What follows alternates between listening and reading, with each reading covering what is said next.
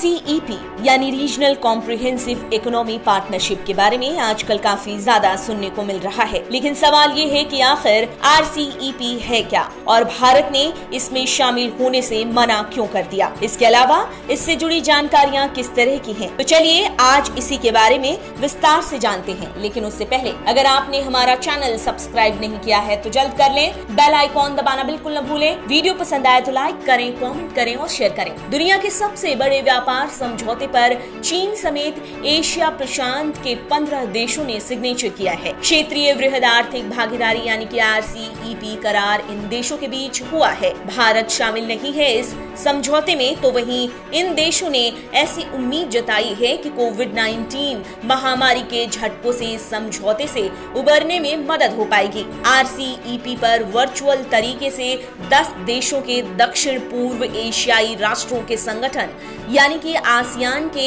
Annual शिखर सम्मेलन के संपन्न होने के बाद सिग्नेचर किए गए। सबसे पहले जानते हैं कि आखिर क्या है RCEP। दरअसल RCEP के तहत व्यापार का एक ही नियम होगा सभी देशों के लिए और इसका फायदा भी सबको मिलेगा। सामान की आसान आवाजाही को जिसके तहत बल मिलेगा, साथ ही हर तरह की फॉर्मेलिटीज से भी निजात मिलेगी। इसके अलावा मेंबर देशों में निवेश के लिए कई MNC भी अट्रैक्ट होंगी। बताया जाता है कि करीब 8 साल तक चली बातचीत के बाद ये समझौता पूरा हुआ है। करीब 1/3 ग्लोबल इकोनॉमी जिसके दायरे में आएगी। इस समझौते के बाद आने वाले सालों में व्यापार से जुड़े शुल्क सदस्य देशों के बीच और नीचे आएंगे। इस समझौते पर सिग्नेचर के बाद RCEP को 2 साल के दौरान सभी देशों को अनुमोदित करना होगा और इसी के बाद ये प्रभाव में आएगा। जहां तक भारत की बात करें तो वो इस समझौते में नहीं शामिल है। भारत के इस समझौते में न शामिल होने के क्या कारण हो सकते हैं, आइए उस पर गौर करते हैं। समझौते की वार्ताओं से भारत पिछले साल हट गया था। ऐसा इस वजह से क्योंकि इस तरह की आशंका है कि देश के बाजार शुल्क समाप्त होने के बाद आयात से पट जाएंगे और ऐसे में भारी नुकसान झेलना पड़ सकता है स्थानीय उत्पादकों को।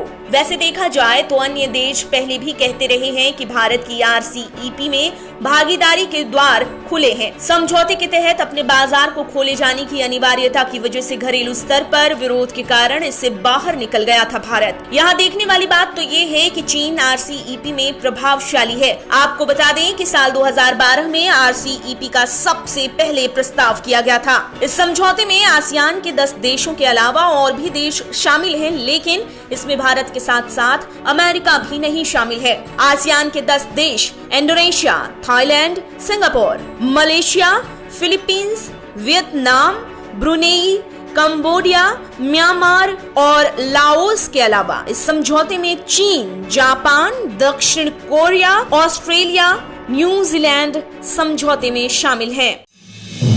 आप देख रहे हैं नेट्रिक न्यूज, साहस सच कहने का।